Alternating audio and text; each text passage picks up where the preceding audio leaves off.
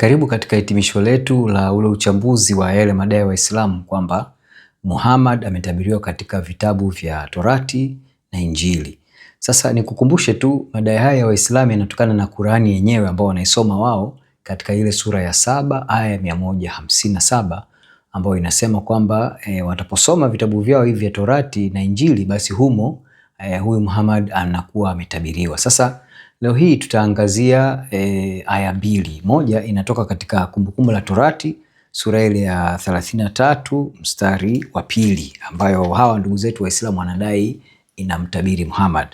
Inasomeka kama ifuatavyo: Bwana alitoka Sinai akawaondokea kutoka Seiri. Aliangaza katika kilima cha Parani, akaja Meribath Kadeshi, upande wa mkono wake wa kuume palikuwa na sheria ya moto moto kwao. Sasa kwenye aya hii tunaona madai ya Kiislamu ambayo yamekaa katika mitazamo miwili. Mtazamo wa kwanza tunasema ni wa kijiografia, kwa sababu katika hili andiko pana miji mitatu hapa inatajwa. Mji wa kwanza inazungumzia sehemu ile inaitwa Sinai. Sinai ni ule mlima ambako Musa alipokea zile amri 10. Kwa hiyo kwa mujibu wa Waislamu wao wanadai kutajwa kwa Sinai ni ishara ya kushushwa kwa Torati kupitia Musa.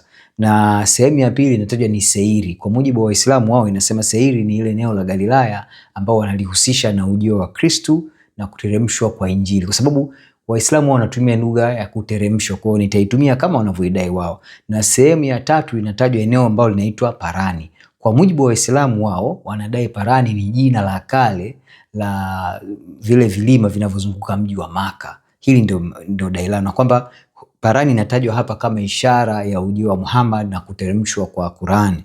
Na jambo jingine ambalo nalitaja hapa ni unapoisoma hii sehemu ule mstari unaosema kwamba akaja Meribath Kadeshi. Sasa hii Meribath Kadeshi, haya ni maneno ya Kiebrania ambayo yanamaanisha katika baadhi ya tafsiri za Biblia zimeandika kwamba akaja na malaika 10,000 na watakatifu wake 10,000 au malaika 10,000. Na wao Waislamu wanadai ni ule utabiri unaozungumzia tukio la Muhammad alipotoka Medina na watu 10,000 wakauvamia mji wa Maka na kuchukua rasmi. Ndio wanavyodai hivyo. Sasa tukitafakari tunaona nini? Kwa mfano, tunapozungumzia hili andiko tunaona cha kwanza kabisa unakuta Musa anapoandika hapa ilikuwa ni kipindi ambacho ni si muda mrefu baada ya pale Musa alifariki na hakuweza kuingia na wale Waisraeli kule Kanaani. Kwa hiyo Musa aliwaita akiwahusia, na namna Musa anavyoandika hii aya anaandika katika wakati uliopita. Kwa mfano tunasoma Bwana alitoka Sinai akawaondokea kutoka Seiri, aliangaza katika kilima cha Parani. Kwa hivi vitenzi vyote viko katika wakati uliopita. Kwa hiyo lugha hii haiashirii kama hii ni aya ambayo inazungumzia utabiri au unabii wa mtu anayekuja au nabii anayekuja kwa namna yote vile, kwa sababu Musa hapa anazungumzia tukio ambalo tayari lishapita, kwa sababu anawakumbusha ukuu wa Mungu, namna gani kilichotokea walipokuwa pale Sinai na mambo mengi ambayo Mungu aliyafanya pale walipokuwa Seiri na pia walipokuwa katika ule uwanda wa Parani wakitangatanga kabla katika safari yao kuelekea Kanaani, kwa sababu wakati huo bado walikuwa Waisraeli hawajaingia Kanaani. Na anaeleza mambo mengi pia. Kwa hiyo haiwezekani kwamba unaposoma na kuangalia lugha inayotumika humu kwa namna yote vile kwamba ni ubashiri au unabii wa nabii yote ajaye. Lakini kingine pia kuhusu Meribath Kadesh. Meribath ni kweli kwamba katika lugha ya Kiebrania inazungumzia kuhusu maelfu au 10,000 au wasiohesabika. Lakini pia Kadesh siku zote inapotumika katika Agano la Kale, Waebrania wanafahamu, na unaposoma Biblia katika Agano la Kale mara zote Kadesh inahusishwa na jeshi la malaika. Kadesh inazungumzia jeshi la malaika au wingi wa malaika. Kwa hiyo hapa haizungumzii kwa namna yoyote vile jeshi la kibinadamu. Katika lugha ya kibiblia Kadesh ni jeshi ambao ni jeshi la wakazi wa mbinguni ambao ni malaika. Kwa hiyo tunapoangalia hapa hatuoni chochote vile. Lakini pia jingine wanavyozungumzia kuhusu kwamba Parani, ujio wa Muhammad na sheria ambazo zilikuja pamoja na Qurani ni upuuzi mtupu, kwa sababu unapoendelea kusoma kutoka sura hii 33 unapoendelea kusoma unagundua, kwa mfano unapofika mstari wa 4 inaeleza wazi. Kwa mfano usoma mstari wa 4, Musa alituagiza Torati na urithi kwa mkutano wa Yakobo. Kwa hiyo sheria inayozungumziwa hapa ni moja tu, ni ile ya Torati ambayo Musa aliwapa wale Wayahudi ama wale wana wa Yakobo ambao ndio Wayahudi. Kwa hiyo hatuoni kwa namna yote kwamba aya hii, mbali ya hii, lakini hata unapoisoma hii sura ya 33 ukimuona Muhammad kwa namna yote. Twende katika andiko jingine. Safari tunageuzia kwenye andiko litokalo kwa nabii Habakuki sura ya 3 mstari wa 3. Inasoma hivi: Mungu alikuja kutoka Temani, yeye aliye mtakatifu kutoka mlima Parani. Utukufu wake ukazifunika mbingu, nayo dunia ikajaa sifa yake. Sasa tunarudi tena pale pale kutajwa kwa Parani. Waislamu pale pale wanaanza kuihusisha Parani na mji wa Maka, kwa sababu wao wanadai Parani ni jina la kale la mji ule wa Maka. Sasa kingine ambacho wanakuja nacho, lakini unaposoma katika Kiswahili huioni mara nyingi. Waislamu wanapozungumza na watu ambao wanazungumza lugha ya Kiingereza, katika Kiingereza ule mstari wa mwisho wanasema ambao nayo dunia ikajaa sifa yake. Pale wanasema kwamba hili neno sifa katika lugha ya Kiarabu ni Muhammad ambaye ndi anayesifiwa au asifiwae, ndio maana neno au jina Muhammad. Na wao wanasema kiini cha hili neno sifa ambalo limetumika katika Kiebrania ni tehila, ambao wanadai kwamba tehila, kiini cha hili neno linatoka katika neno la Kigiriki la Kiebrania kwamba Mahmad, ambao wanasema hapa ametajwa Muhammad. Sasa hebu tufanye jambo moja kama nilofanya katika ile sehemu iliyopita, kuhusu tuchomoe haya maneno, tuweke hili jina la Muhammad, tuone linatokea nini. Tukalisome hili fungu la 3. Mungu alikuja kutoka Temani, yeye aliye mtakatifu kutoka mlima Parani.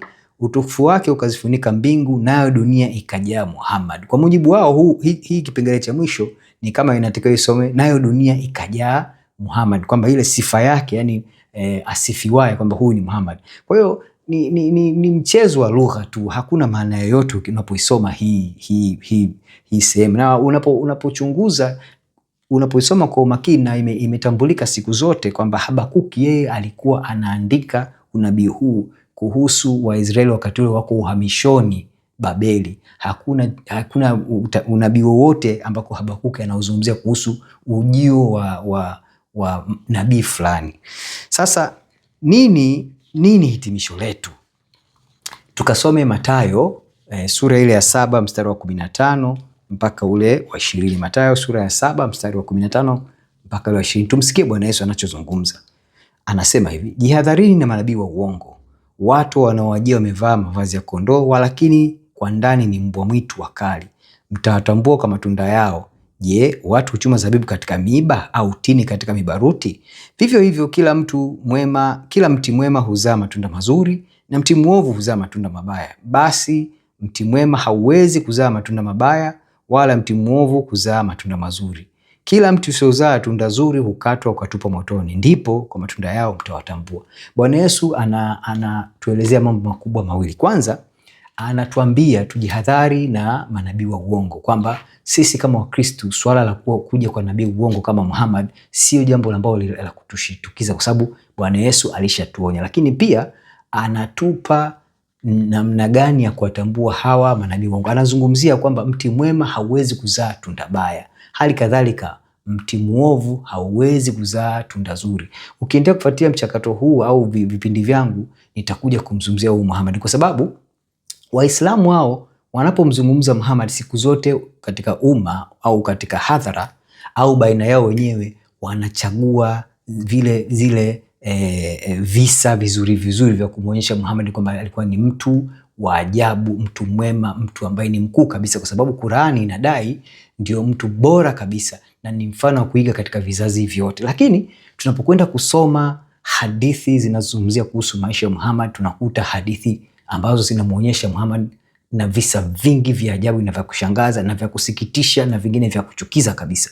Kwa hiyo nitakupelekea nikuonyeshe namna gani huyu Muhammad anaonekana wazi kabisa kutokana na matendo yake, kwamba matendo yake yanamwashiria kabisa ni kwamba ni mtu ambaye ni kama mti uliozaa matunda mabaya. Na Bwana Yesu anatuambia wazi, mti mbaya hauwezi kuzaa tunda jema.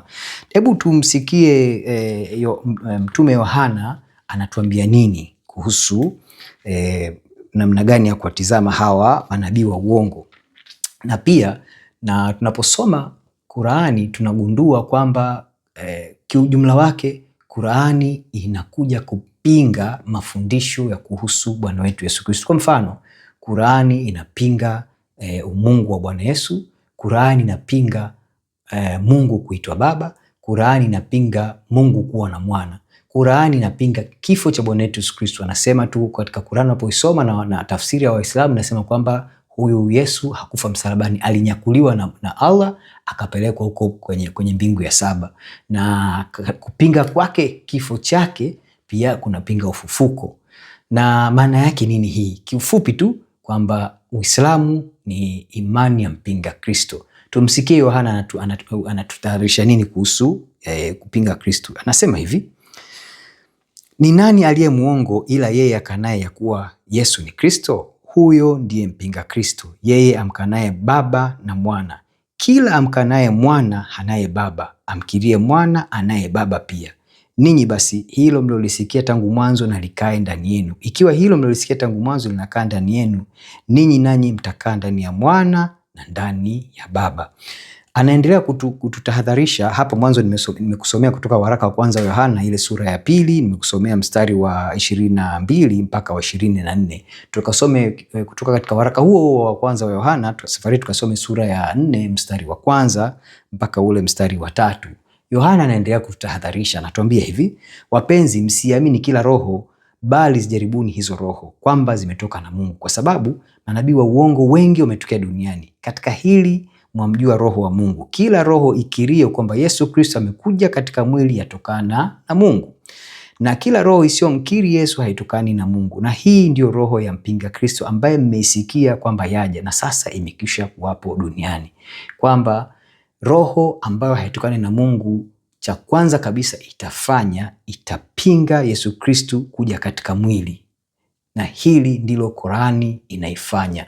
Maana yake ni kwamba Qur'an haitokani na roho ya Mungu. Qur'an inatuletea nabii wa uongo anaitwa Muhammad, na Qur'an inapinga wokovu unaotokana na Bwana Yesu kuja katika umwilisho wa Bwana Yesu, na inapinga ubaba wa Mungu, inapinga umwana wa Yesu Kristo, inapinga kifo. Kwa hiyo hii ni roho ambayo ni ya upinga Kristo. Kwa hiyo ndugu zangu wa Kristo, hili ni jambo la msingi la kuzingatia, lakini kwangu mimi kikubwa zaidi ni kwa ndugu zangu Waislamu kwamba hili ni jambo la msingi sana. Hapa hatuzungumzii ushindani wa imani, tunazungumzia hatima yako ya katika wokovu wako. Nini kinatokea baada ya maisha yako ya kimwili? Utambue kwamba nje ya imani ya kwamba Bwana Yesu alikuja katika mwili na yeye ndio mkombozi wa maisha yetu, na yeye ndio njia pekee yake ya kumfikia Mungu na kufika mbinguni, hakuna nyingine zaidi ya hiyo. Kwa hiyo tafakari ndugu yangu Mkristo, usikilize kwa makini ujumbe huu, uone ukweli uko wapi. Na kingine kikubwa zaidi ambacho nataka nikuambie ndugu yangu Muislamu, na wewe ulikuwa Mkristo na unaifuatilia kipindi hichi, kwa kuwa tumethibitisha wazi kwamba Muhammad hatabiriwi katika Torati wala Injili. Kwa maana hiyo Qur'an ni kitabu batili, kwa sababu kinatuelekeza kitu ambacho hakipo, na kwa sababu hakipo Qur'an inakuwa ni batili, na kwa sababu Qur'an ni batili, utume wa huyu Muhammad pia ni batili. Kwa hiyo hakuna neema yoyote inayotoka kwa huyu mtu anaitwa Muhammad, hakuna ahadi yoyote ya maana inatoka katika hichi kitabu ambacho ni batili. Nikutie moyo ndugu yangu, mfuate Bwana Yesu Kristo, na yeye mwenyewe anatuambia mimi ni njia na kweli na uzima. Anajitaja kwa namna nyingi sana. Mmoja wapo anasema mimi ndimi ukweli, mimi ndimi nuru ya ulimwengu, anifuataye mimi hataona giza kamwe. Anatoa ahadi nyingi, na mwenyewe kabisa anaeleza wazi kwamba alipo yeye na sisi tuwepo, na anasema narudi kwa Baba na sasa yuko kwa Baba na anatuandalia makao. Nikutie moyo ndugu yangu, tafakari maneno haya, piga hatua ya imani ili usikose ahadi hii. Asante sana, na nikusihi tu like channel hii, follow, na pia share kwa wale watu ambao unaamini watafaidika na ujumbe huu. Asante sana, na endelea kufuatilia channel hii.